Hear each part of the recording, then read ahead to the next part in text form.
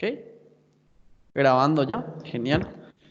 Muy bien. Entonces, antes de continuar, yo quería preguntarles a ustedes, ¿cuál era el principal componente, por decirlo así, de las membranas celulares? O de la membrana plasmática en todo caso. Fosfolípido.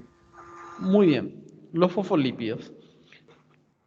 Seguramente conversaron con ella, la característica anfipática se llama, como las cabezas polares de los fosfolípidos se orientan hacia afuera, o sea, hacia ambos lados de la membrana, por decirlo así, hacia el medio acuoso, porque son hidrofílicas, y las colas de ácidos grasos se orientan hacia el interior de la bicapa lipídica, ¿sí? Porque son altamente hidrofóbicas. ¿Está bien? Bueno, ¿qué otro elemento de naturaleza lipídica encontramos en las membranas celulares? Colesterol. Muy bien, colesterol, ¿sí? Principalmente en células animales, habíamos dicho, y el colesterol es como que vuelve la membrana un poquito más rígida. ¿Está bien?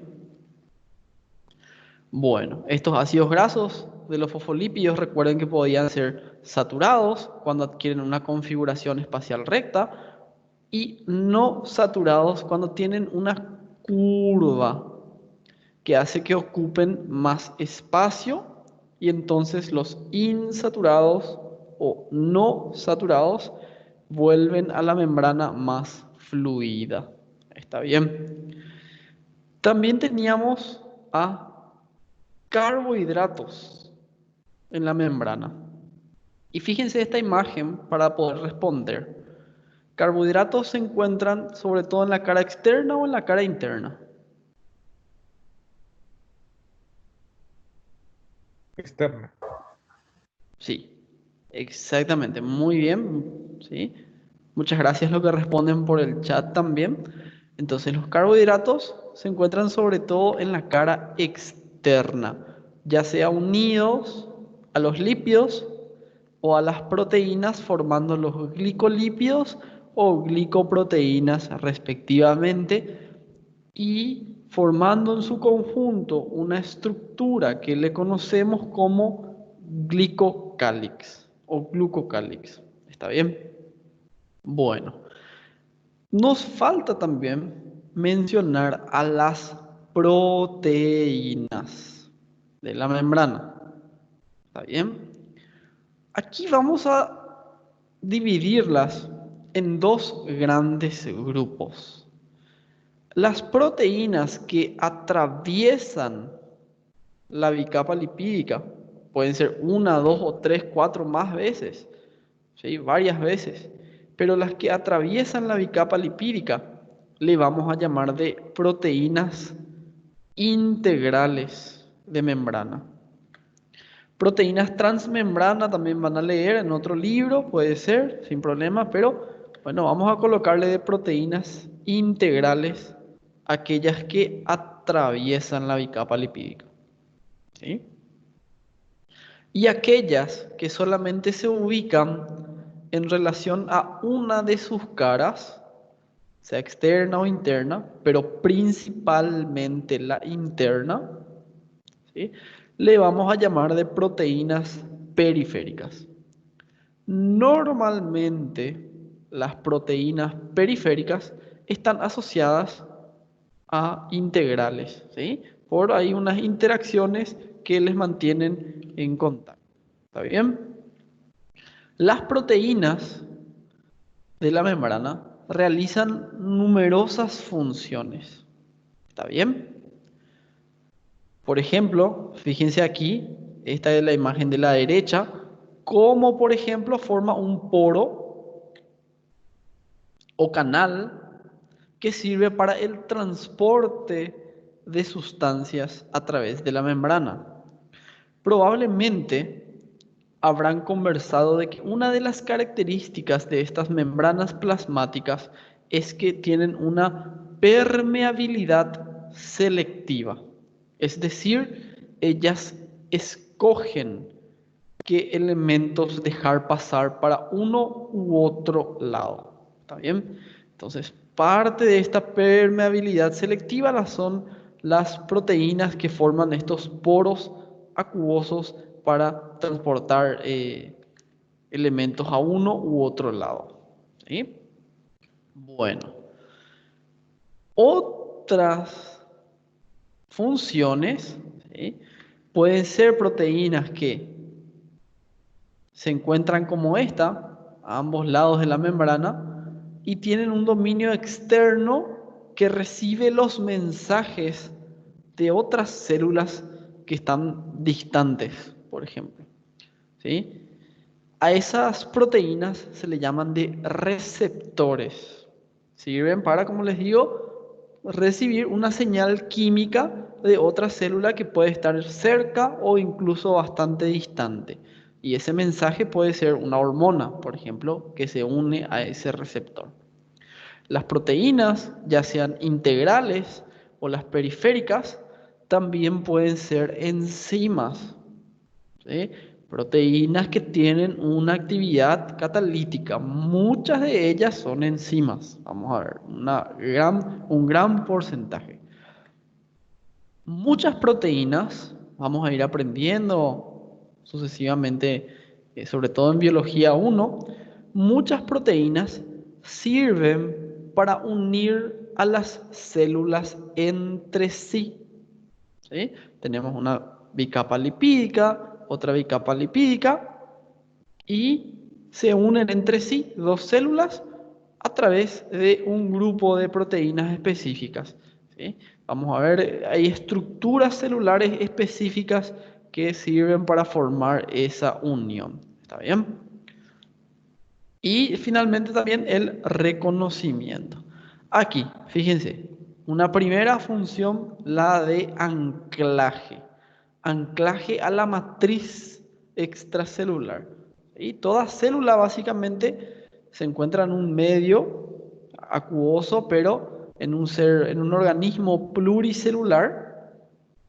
Dentro de ese medio acuoso, por decirlo así, hay numerosas proteínas fibrosas, como el colágeno, por ejemplo, que le dan resistencia a los tejidos, ¿sí?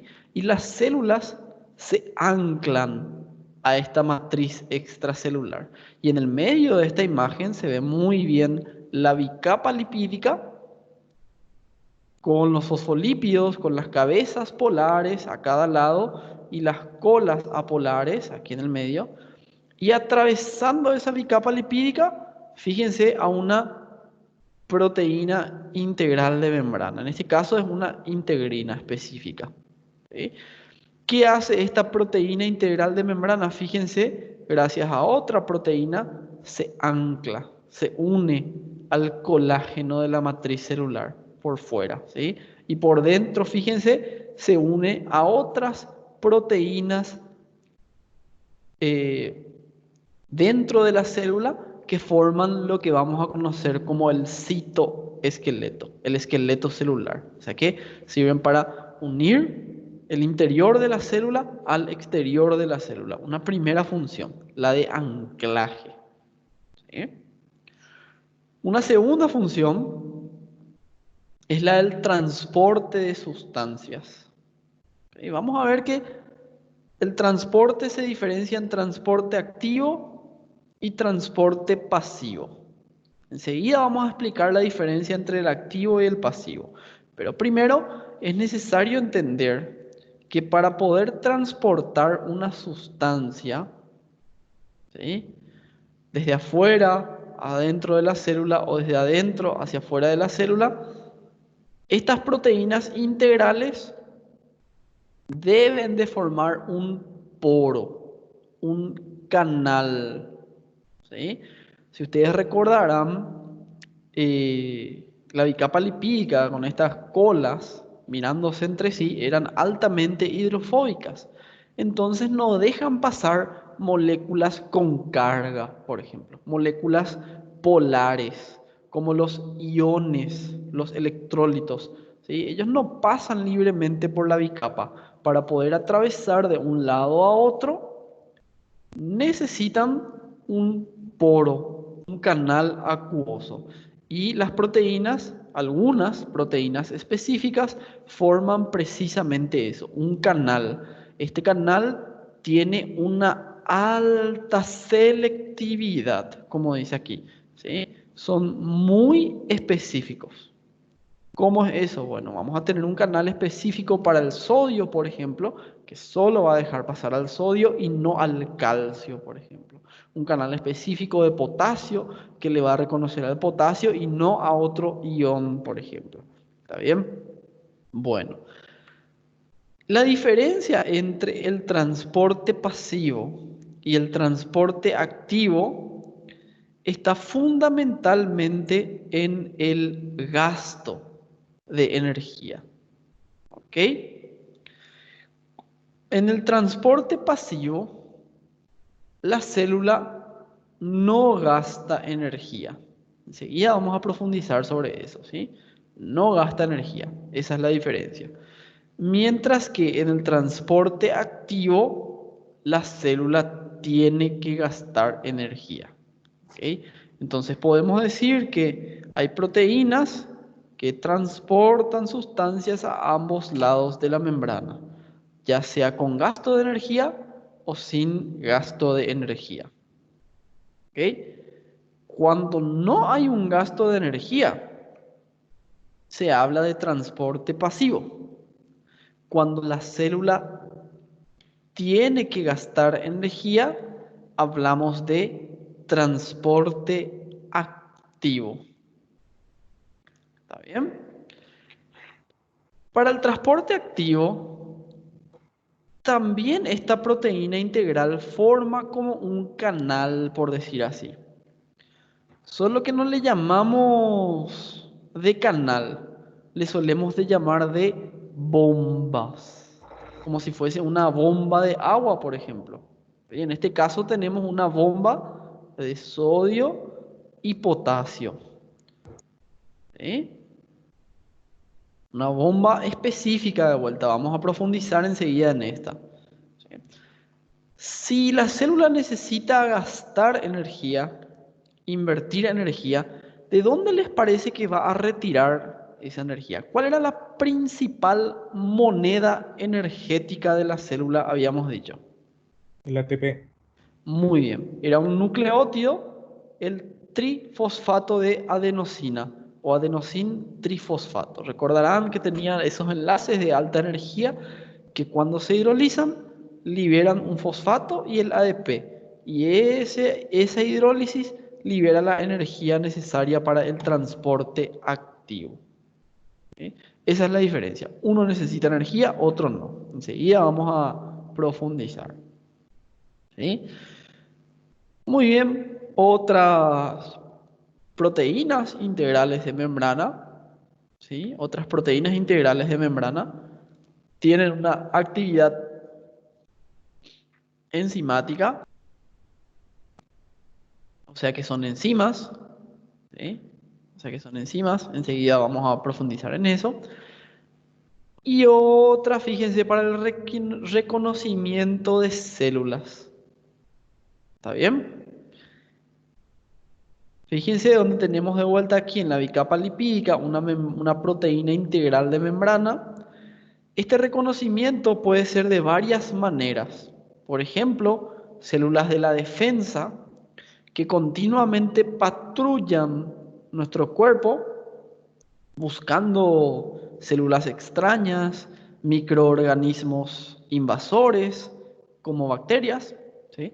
Ellas palpan, por decir así, estas células de la defensa, palpan o entran en contacto con la membrana de estas otras células. Y cuando reconocen proteínas integrales de membrana que pertenecen a una célula extraña, desencadenan los mecanismos de defensa. ¿Sí? Como dice aquí, son etiquetas de identificación como si fuese un código de barra. que las células de la defensa van y leen para saber la procedencia, si es una célula de nuestro cuerpo o si es un microorganismo invasor. ¿Sí? Y en ese caso desencadenar una respuesta inmunológica también, ¿verdad? Profesor, Sí, decime. en los casos de anclaje, ¿podríamos hablar de los desmosomos Excelente. Esa es la estructura específica. Los desmosomas. Esa es la y, estructura específica. y de reconocimiento de células serían los glicocálices? Excelente. El glicocáliz es es una estructura fundamental para el reconocimiento celular. Es lo más importante para el reconocimiento, Así, realmente. gracias. También hay otros elementos, las proteínas asociadas, pero el glicocáliz es fundamental. Gracias. A vos, excelente, brillante participación. Bueno, entonces muchas veces también estas proteínas de reconocimiento pueden ser identificadas por otras proteínas que son las inmunoglobulinas, los anticuerpos que produce una célula. ¿Sí? Se unen a ellas y sirven para, desencadenar una respuesta inmunológica. ¿Está bien? Fíjense, pueden servir también para que las células se adhieran entre sí. Esa adherencia puede servir para generar una unión con canales permeables que comunica el citoplasma de una célula con la de otra. ¿Sí? No hace falta también que comunique el citoplasma, pueden ser uniones no comunicantes, básicamente. Puede ser también. Muy bien. Y ahí está. Muy bien. Vamos a ver ciertas diferencias, o sea, ciertas otras regiones de la membrana. ¿Sí? Ciertas otras regiones. Como el núcleo. ¿Sí? Como el núcleo. Dentro de la célula, siempre hablando de una célula eucariota, ¿sí? La célula eucariota, teníamos un compartimiento específico, ¿está bien? Que tiene también una membrana, ¿sí? Una membrana formada también por una bicapa lipídica, que es la membrana nuclear. Esta membrana nuclear es una doble membrana. Pero les voy a mostrar una imagencita para que se entienda mejor. Aquí se ve mejor. ¿Ven? Estamos solamente examinando al núcleo. Y imagínense, aquí tenemos una membrana que cuando llega a una región, a un poro nuclear, vamos a ver, se pliega sobre sí mismo y se continúa hacia una cara interna. Entonces, es como que tenemos una doble membrana en la membrana nuclear, a diferencia de la membrana plasmática, que era una sola bicapa, por decir así, ¿sí? Es una sola bicapa la membrana plasmática. Sin embargo, esta membrana que aquí estamos mencionando, la membrana nuclear, ¿está bien? Es una doble bicapa, con una capa externa y una capa interna. ¿Ok? Estas dos bicapas se continúan una con la otra. ¿Está bien? No es que es una bicapa interna separada de la externa. No, no es así. Una se continúa con la otra, como se puede ver mejor en esta imagen, a nivel del poro nuclear. ¿Cómo que el poro nuclear? ¿Qué significa eso? Bueno, resulta que el núcleo, la membrana nuclear, tiene unas estructuras específicas, ¿sí? Que permiten el paso selectivo, altamente selectivo, desde el interior del núcleo hacia el citoplasma o desde el citoplasma hacia el núcleo. ¿sí? Esa estructura altamente específica es el poro nuclear. ¿Está bien? Entonces el núcleo no es que está totalmente aislado, claro. ¿Se acuerdan que habíamos hablado del dogma central de la biología molecular? ¿Qué decía? Que el ADN se convierte a ARN por un proceso que se llama de transcripción. Eso ocurre en el núcleo. Y el ARN se convierte a proteínas por un proceso que se llama de traducción. Eso ocurre en el citoplasma. Entonces, para que pueda ocurrir la traducción, el ARN tiene que salir hacia el citoplasma. ¿Y cómo sale si es que está envuelto por una membrana el núcleo? Bueno, sale por los poros nucleares. ¿Está bien? Bueno, ¿qué es lo que encontramos fundamentalmente dentro del núcleo? El ADN, decimos. ¿Sí? Lo que primero se nos viene a la cabeza, el ADN. Y sí, estamos en lo cierto, principalmente el ADN, pero también vamos a encontrar ARN, por ejemplo. También vamos a encontrar. ¿Sí? Entonces, por eso decimos que en el interior del núcleo hay ácidos nucleicos. ¿Está bien? Entonces, el ADN formando grandes moléculas que conocemos como los cromosomas y el ARN de distintos tipos que existe dentro del núcleo de la célula. Asociados a estos ácidos nucleicos, también vamos a encontrar proteínas. La principal proteína nuclear, de hecho es una proteína que solo se encuentra en el núcleo y no en el citoplasma, que está asociada al ADN, son las histonas. ¿Ok? Son las histonas. La proteína más importante. Es una proteína de carácter básico. Y fíjense, opuesto se atrae, ácido con básico, justamente se une al ADN y sirve para poder compactar y enrollar al ADN. Ustedes saben que si agarramos a una célula del cuerpo humano y pudiésemos extender todo el ADN que se encuentra en el núcleo, tendría una extensión casi como que de 2 metros aproximadamente. ¿Y cómo es que esa enorme longitud cabe dentro de una célula microscópica? Bueno, porque se enrolla, se hiperenrolla alrededor de esta proteína que sirve para compactar, que es la histona. Se llama así porque es muy rica en este aminoácido básico que es la histidina. ¿Está bien? Aparte de las histonas, también tenemos otras proteínas.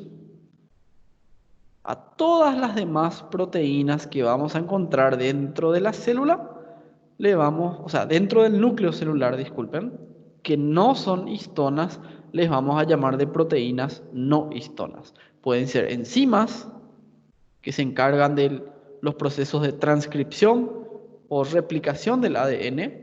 ¿Sí? Pueden ser proteínas estructurales, que ayudan a las histonas para formar los cromosomas, también pueden ser. ¿Sí? Pero vamos a conocerlas como proteínas no histonas. Ese conjunto el conjunto de ácidos nucleicos, o sea, el ADN realmente, ácidos nucleicos, ¿sí? Asociados a las proteínas histonas y no histonas, ¿ok? Ese conjunto le vamos a conocer como la cromatina. ¿Está bien? Entonces la cromatina es, por decir así, el material que se encuentra dentro del núcleo, básicamente, que corresponde a los ácidos nucleicos, principalmente el ADN, asociado a las proteínas, principalmente la histona, la más importantísima. ¿Ok? Doc, Sí, decime, Adrián. me perdí un poco con la cromatina porque yo tenía entendido que era era la composición de los cromosomas, ¿o no? Sí, el Entonces, material que forma los cromosomas, el material es la cromatina. ya, ok, es que no sé si lo dijo porque como que me perdí ahí. Sí, así como los dos estamos en lo correcto, ¿verdad? Es el material que se encuentra dentro del núcleo, ¿verdad? Que está formado por el AD ADN principalmente, ácidos nucleicos, pero principalmente el ADN, ¿sí? Asociado a estas proteínas, principalmente la histona, también las no histónicas, ¿sí? Pero principalmente la histona, ¿ok? Que forman estas estructuras eh, que se ven sobre todo durante la división celular cuando está compactada la cromatina, que son los cromosomas, ¿sí? Que son los cromosomas. Perdón. Ok, bueno. Gracias a los métodos de visualización de la célula, ya sea técnicas histológicas con el microscopio óptico o el microscopio electrónico, se identifica una región del núcleo celular donde podemos decir que la cromatina es más densa, más compacta. ¿Sí? A esa región, vamos a ver más adelante por qué es más densa, más compacta. A esa región del núcleo celular, con una tinción más intensa, le llamamos de nucleolo. ¿Ok? El nucleolo.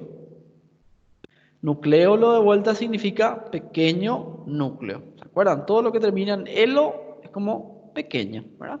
Marcelo, Marco. Marquiño sería Marcelo, ¿verdad? Marquitos. Bueno, fíjense, el nucleolo en realidad es muy rico en ribosomas en formación, ¿eh? En ARN ribosomal se llama, que va a formar los ribosomas que luego van a migrar hacia afuera del núcleo, ¿sí? Ahí se forman, nacen los ribosomas, vamos a ver. Aquí está. ¿Sí? Lo que habíamos hablado hace rato de la cromatina, que básicamente es la cromatina, es el material que se encuentra dentro del núcleo. Principalmente el ADN, pero también, ¿sí? Otros, pueden ser otros ácidos nucleicos, principalmente el ADN asociados a estas proteínas, principalmente la histona. ¿Ok? La cromatina, que puede estar enrollada o desenrollada, como les dije, el ADN que forma la cromatina forma una doble hélice que tiene un inicio y un final, ¿sí? Una doble hélice que es lineal. En las células eucariotas, el ADN es lineal y forma una estructura que se llama de cromosoma. ¿Bien? Una molécula, la totalidad de una molécula de ADN, que como les dije, tiene miles de pares de nucleótidos, es muy pero muy larga, y la totalidad de una molécula de ADN forma esta estructura que es el cromosoma. También, lógicamente, asociado al ADN, a ver, bueno, también asociado al ADN vamos a encontrar proteínas que sirven para poder ir enrollando ese ADN. Y también asociado a ese ADN vamos a encontrar ARN, ¿sí? Que tiene diversas funciones. Vamos a ir aprendiendo más adelante. ¿Ok? Esta cromatina, por decir así, que forman los cromosomas, contiene regiones que son genéticamente activas y regiones que no son activas genéticamente. ¿Ok? No todo el ADN que tenemos en la célula tiene información. ¿Está bien? Hay muchas secuencias del ADN que solamente secuencias repetitivas, por decirlo así, que es un vestigio probablemente de nuestra evolución, pero que no codifica a proteínas, no corresponde a una información. ¿Sí? El conjunto eh, de la información que tiene una célula, el conjunto de esa información, se conoce como genoma. ¿Está bien? Que vendría a ser la totalidad de la información genética que tiene una célula. Almacenada, ¿en qué forma? En forma de ADN. ¿Sí? Recuerden, como les dije, que no todo o no toda la cromatina tiene genes.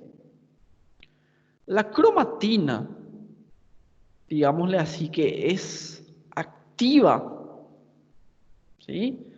Desde el punto de vista genético, que es activa y que continuamente se lee para transcribirla, que tiene una actividad genética, por decirlo así, bueno, se encuentra abierta, desenrollada, ¿sí? El ADN está abierto, no está así hiperenrollado alrededor de las histonas, no, es como un libro que está abierto para poder leerlo.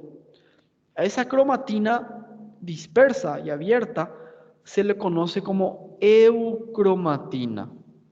Muchas veces vamos a utilizar este término en biología, histología, mucho vamos a estudiar al respecto. ¿Okay? La eucromatina es la que está abierta entonces, normalmente tiene una coloración más pálida y es la que tiene actividad transcripcional, ¿sí? La que se transcribe a ARN para iniciar ese proceso de después conversión a proteínas, ¿sí? La región del ADN, o la mejor dicho, la cromatina, ¿sí? La cromatina que no tiene esta actividad y que se encuentra cerrada, compacta, enrollada alrededor de las histonas y por lo tanto tiene una coloración más intensa, le conocemos como heterocromatina. ¿Sí? Fíjense, es lo que estamos viendo aquí. El interior de una célula con la membrana nuclear, los poros que comunican el exterior con el interior del núcleo, ¿sí? Y dentro del núcleo la cromatina. Esa cromatina puede estar abierta, que es la eucromatina, o puede estar cerrada, que es la heterocromatina. ¿Está bien? ¿Y qué es la cromatina de vuelta? Es el material que está dentro del núcleo. El ADN y las proteínas, histonas y no histónicas. ¿Okay? Que sí, eso es lo que forman los cromosomas. Cada cromosoma corresponde a una doble hélice, ¿sí? La longitud total de una doble hélice. Y en el cuerpo humano encontramos 23 pares de cromosomas. ¿Okay? En total 46, 23 pares. ¿Sí? 23 heredados del padre y 23 heredados de la madre. Entonces 23 pares. Muy bien. Vamos a continuar. Dentro de la célula, ¿sí? Esta membrana nuclear nos permitía dividir a la célula eucariota en dos compartimientos. El núcleo, rodeado por la membrana nuclear, y otro compartimiento fuera del núcleo, pero dentro de la membrana plasmática, que era el citoplasma, ¿sí? Donde básicamente hay un líquido en el que flotan numerosas estructuras. Ese líquido le conocemos como citosol. En el citoplasma vamos a encontrar numerosas estructuras un poco complejas, bastante complejas, ¿sí? Que tienen una función específica, que son las organelas celulares, ¿sí? Algunas de esas organelas tienen membrana plasmática y otras no lo tienen. A las organelas que tienen membrana plasmática le vamos a conocer como organelas membranosas. mientras que aquellas que no tienen la membrana plasmática le vamos a conocer como organelas no membranosas. ¿Está bien? Membranosas y no membranosas. Ok. El conjunto de estas organelas membranosas forma una especie de red interconectada, ¿sí? Cuya complejidad solamente vamos a poder desarrollar en primer año. Realmente es un poco complejo, pero sí quiero que sepan que es una red interconectada. Por eso le llamamos de un sistema. Forma parte de algo mucho más grande. Un sistema de membranas internas. Por eso le llamamos de sistema de endomembranas. ¿Ok? Este sistema de endomembranas nace con el retículo endoplásmico. El retículo endoplásmico es una organela cuya membrana, fíjense, aquí se nota muy bien, su membrana se continúa con la envoltura nuclear. Aquí se nota muy bien. La envoltura nuclear se continúa con la membrana del retículo endoplásmico. ¿Sí? Y fíjense, este retículo endoplásmico, como la membrana, vuelve a formar aquí un compartimiento. Si bien podemos decir así que se encuentra dentro del citoplasma, está por fuera del citosol. ¿Me entienden? Presten atención de vuelta, ¿eh? Esta membrana del retículo endoplásmico, fíjense que forma un nuevo compartimiento, que aquí está este color gris básicamente, que si bien está dentro de la célula, dentro del citoplasma, podemos decir así que está por fuera del citosol. ¿Qué significa eso? Que el espacio que está aquí, por dentro del sistema endomembrana, no es el mismo espacio que está dentro de la célula. Está separado por una membrana, ¿verdad? Entonces no es el mismo espacio. Este espacio del interior del retículo endoplásmico, se va a continuar después con otro componente del sistema de endomembranas, que es el aparato o complejo de Golgi. Y fíjense cómo de vuelta también el complejo de Golgi tiene un espacio interno que no es el mismo que el citosol, sino que cuando el complejo de Golgi forma estas vesículas y las llevan hacia la membrana plasmática, se deduce que el espacio interno del sistema de endomembranas es equivalente al medio extracelular de la célula. O sea, el medio extracelular realmente. ¿Sí?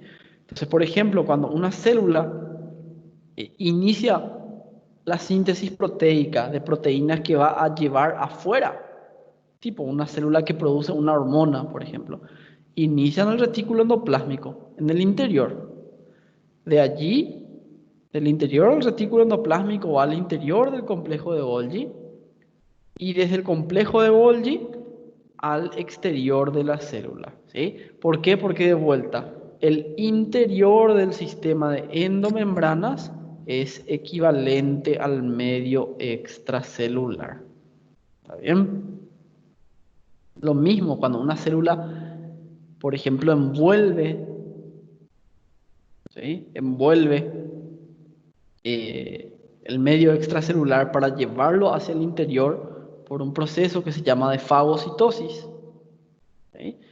Para digerir hacia el interior, por ejemplo, ¿sí? Lo lleva a los lisosomas, que son los encargados de digerir, y de ahí, por ejemplo, van hacia otras regiones. ¿ok? Pero este concepto es muy importante. El interior del sistema endomembrana es equivalente al medio extracelular. También tenemos otras organelas membranosas, ¿sí? Pero que tienen la particularidad de tener dos membranas. Vamos a ver enseguida. Que son las mitocondrias. Fíjense, las mitocondrias tienen una membrana externa, esta que ustedes ven aquí de forma ovalada, ¿sí? Y una membrana interna que forma estos pliegues sobre sí misma. Estas dos membranas son fundamentales para la función de la mitocondria, que es la de producir energía. Cuando empecemos primer año tenemos un capítulo entero dedicado solamente a la mitocondria, ¿sí? Ahí vamos a desarrollar eso. Fíjense que entre la membrana externa y la membrana interna de la mitocondria hay un espacio que le conocemos como el espacio intermembrana, ¿sí? Y por dentro de la membrana interna de la mitocondria, aquí tenemos otro espacio, que es lo que se conoce como la matriz mitocondrial, ¿sí? Esta es la matriz mitocondrial. Muy bien. Analicemos con más detalle nuestro sistema de endomembranas, ¿sí?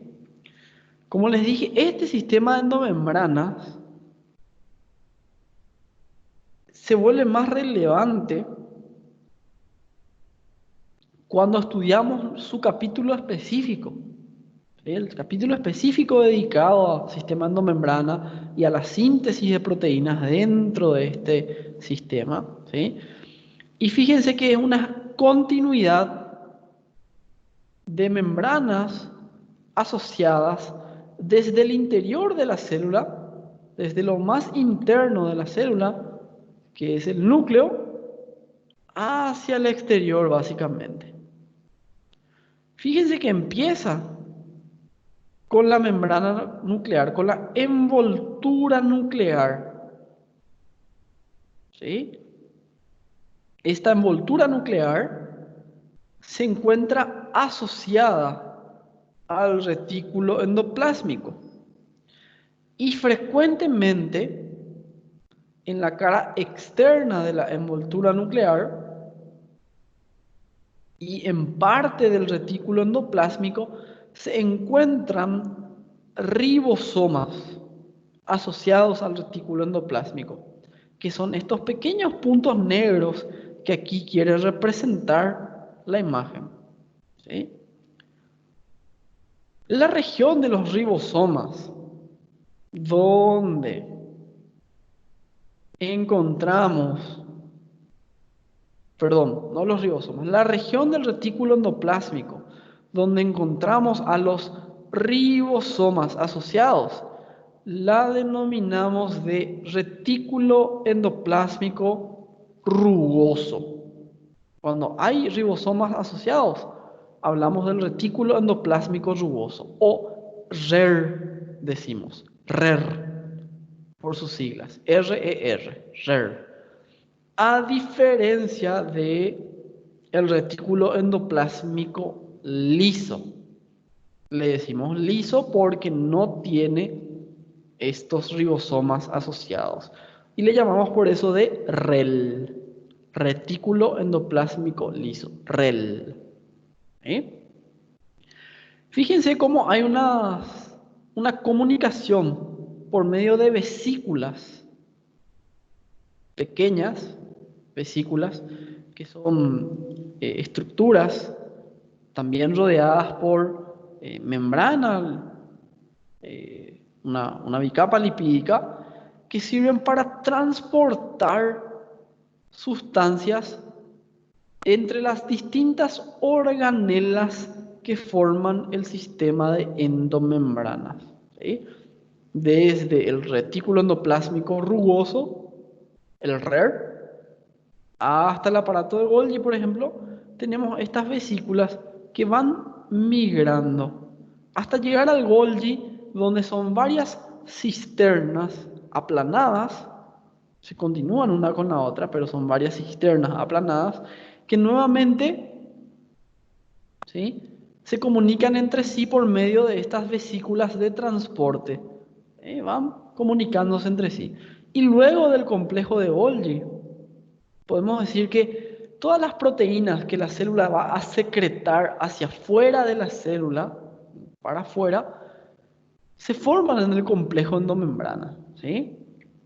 El RER, el retículo endoplásmico rugoso, va a ser el encargado de la síntesis de estas proteínas, mientras que el Golgi va a ser el encargado de procesarlas y clasificarlas, ¿sí?, y distribuirlas hacia otras organelas, como los lisosomas, o hacia el exterior. Eso se encarga de hacer el complejo de Golgi, ¿sí? Modificarlas, procesarlas y clasificarlas. ¿Está bien? Aquí está. Entonces vamos al retículo endoplásmico. Fíjense, siempre se encuentra en la región perinuclear, ¿sí? En la región perinuclear, cerca del núcleo. ¿Por qué? Porque dijimos que justamente su membrana, la membrana del retículo endoplásmico, se continúa con la envoltura nuclear. Vamos a reconocer a dos porciones del retículo endoplásmico, que si bien tienen una morfología, una forma diferente, se continúan uno con el otro. Y tienen también funciones diferentes, pero se continúan uno con el otro. Sus membranas y el interior del mismo se continúan uno con el otro, ¿sí? La que se encuentra en proximidad al núcleo y que tiene este formato como de cisternas aplanadas, ¿sí?, con numerosos ribosomas adheridos a su interior, va a ser el retículo endoplásmico rugoso, que se encarga fundamentalmente de la síntesis de proteínas membranosas o integrales de membrana o de proteínas extracelulares. ¿Está bien? Proteínas que son del citosol, no. Proteínas citoplasmáticas, no.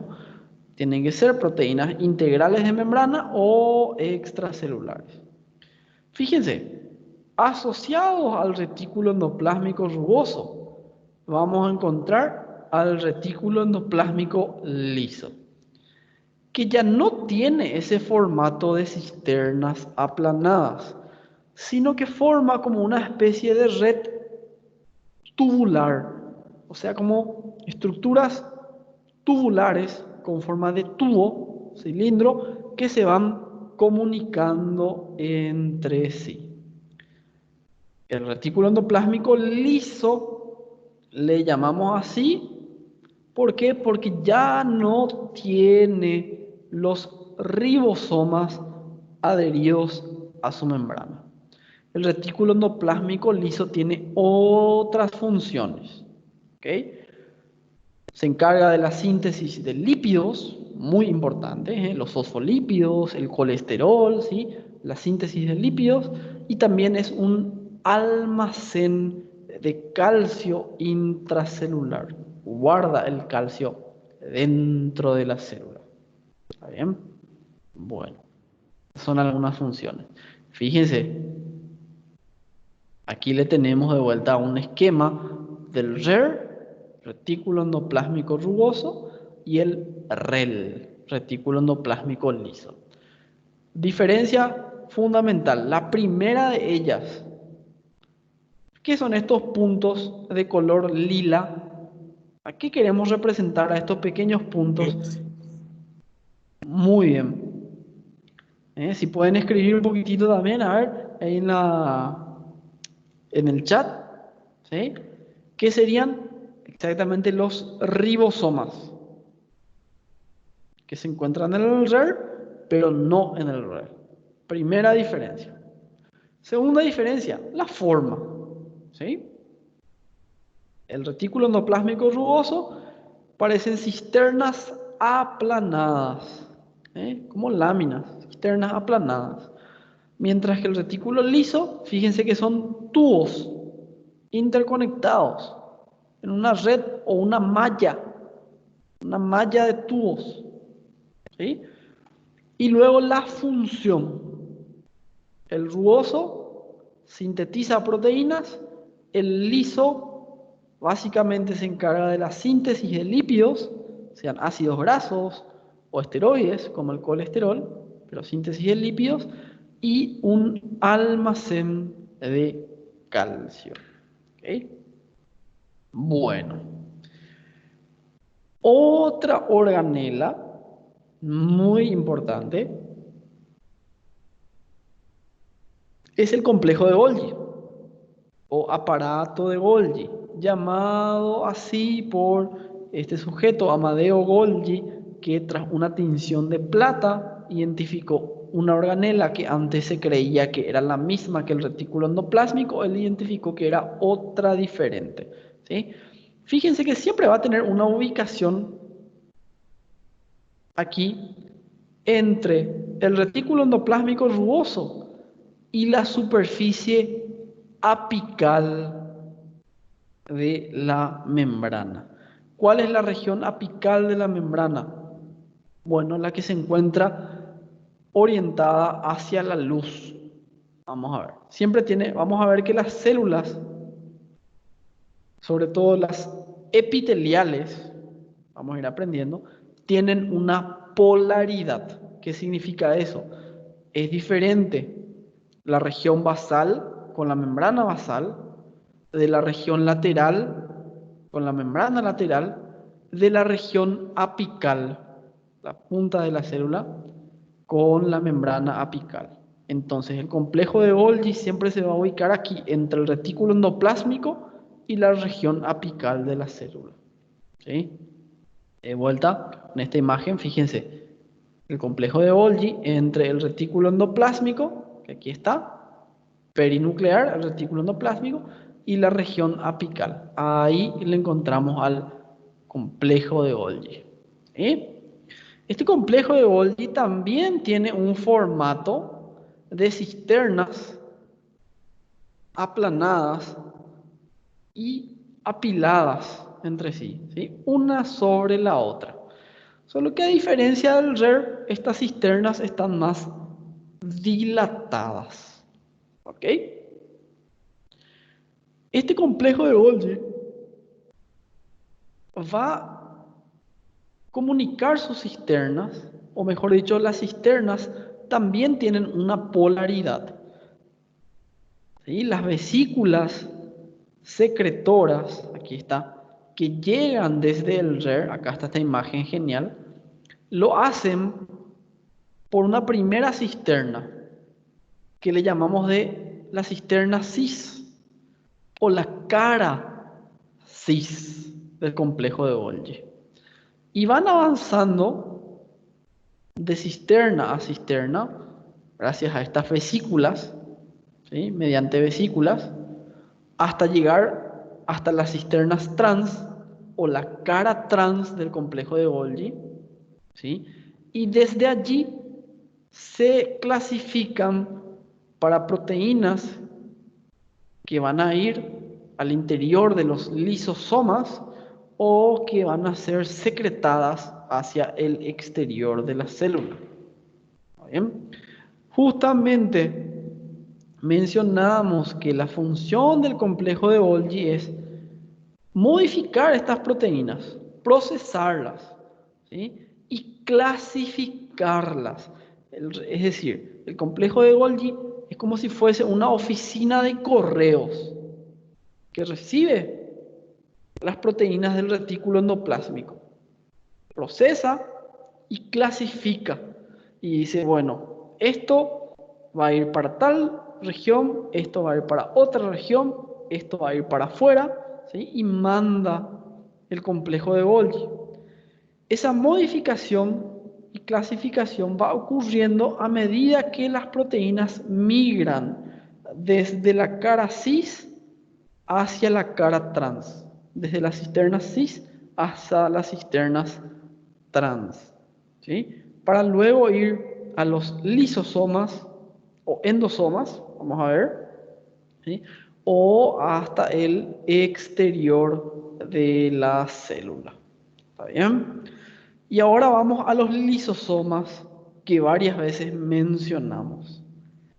¿Qué son los lisosomas? Bueno, también son organelas. ¿Sí? Fíjense que el nombre ya nos dice liso, lisis. Lisis significa romper, cortar, ¿ok? Entonces son organelas celulares que se encargan de la digestión enzimática, ¿ok? Dentro de la célula existen estas vesículas, ¿sí? Organelas rodeadas totalmente de membrana que tienen un interior con un pH generalmente ácido.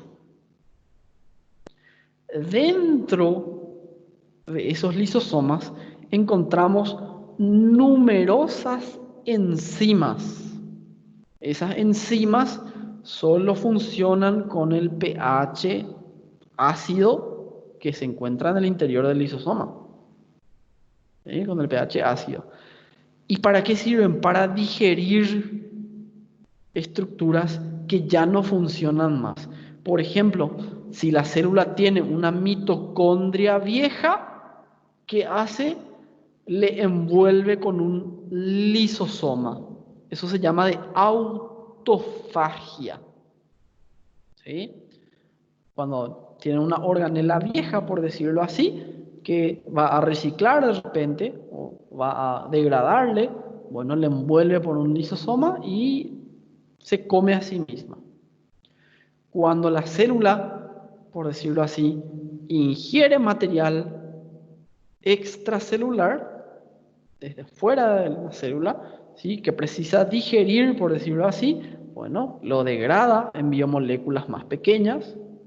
O cuando la célula toma la decisión de llevar a cabo la apoptosis. ¿Alguien escuchó antes este término apoptosis? Puede escribir un poco en el chat si alguien tiene idea de qué significa, por ejemplo, la apoptosis. A ver, ¿qué cree que significa?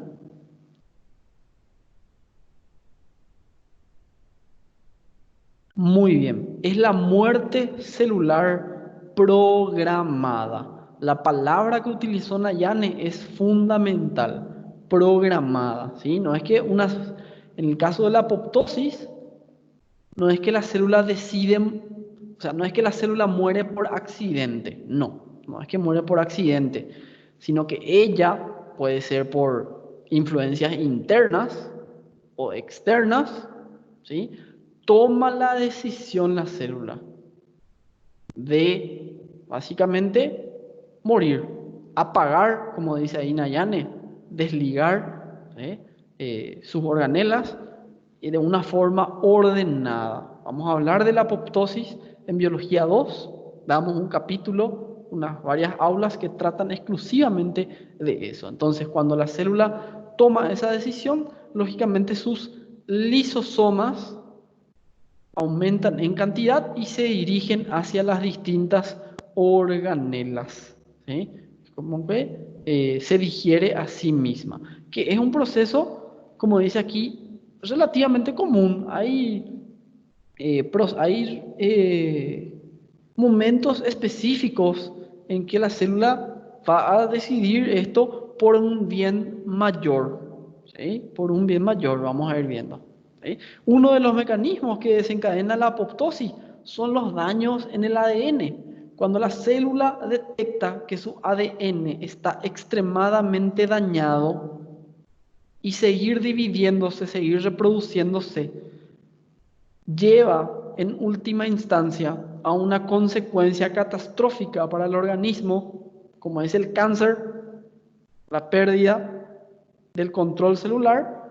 Para evitar eso, una célula toma la decisión de la apoptosis, por ejemplo, ¿sí? Se elimina a sí misma para un bien mayor, ¿está bien? Que es la supervivencia del organismo, el conjunto de las células, ¿está bien? Bueno, también nuestras células de la defensa, los leucocitos, los famosos glóbulos blancos, tienen lisosomas específicos que sirven para digerir a microorganismos invasores, ¿sí? Como las bacterias u otros virus. Vamos a ver. ¿Está bien? Bueno, vamos a ir avanzando. Tenemos otra organela, ¿sí? Otra organela, la mitocondria. Profe, La si mito- hacemos un break, ¿Queremos hacer un break? Perfecto. De lujo, Adrián. De lujo. Sin problema. Vamos a tomarnos un pequeño break de 15, 20 minutos entonces. Voy a detener la grabación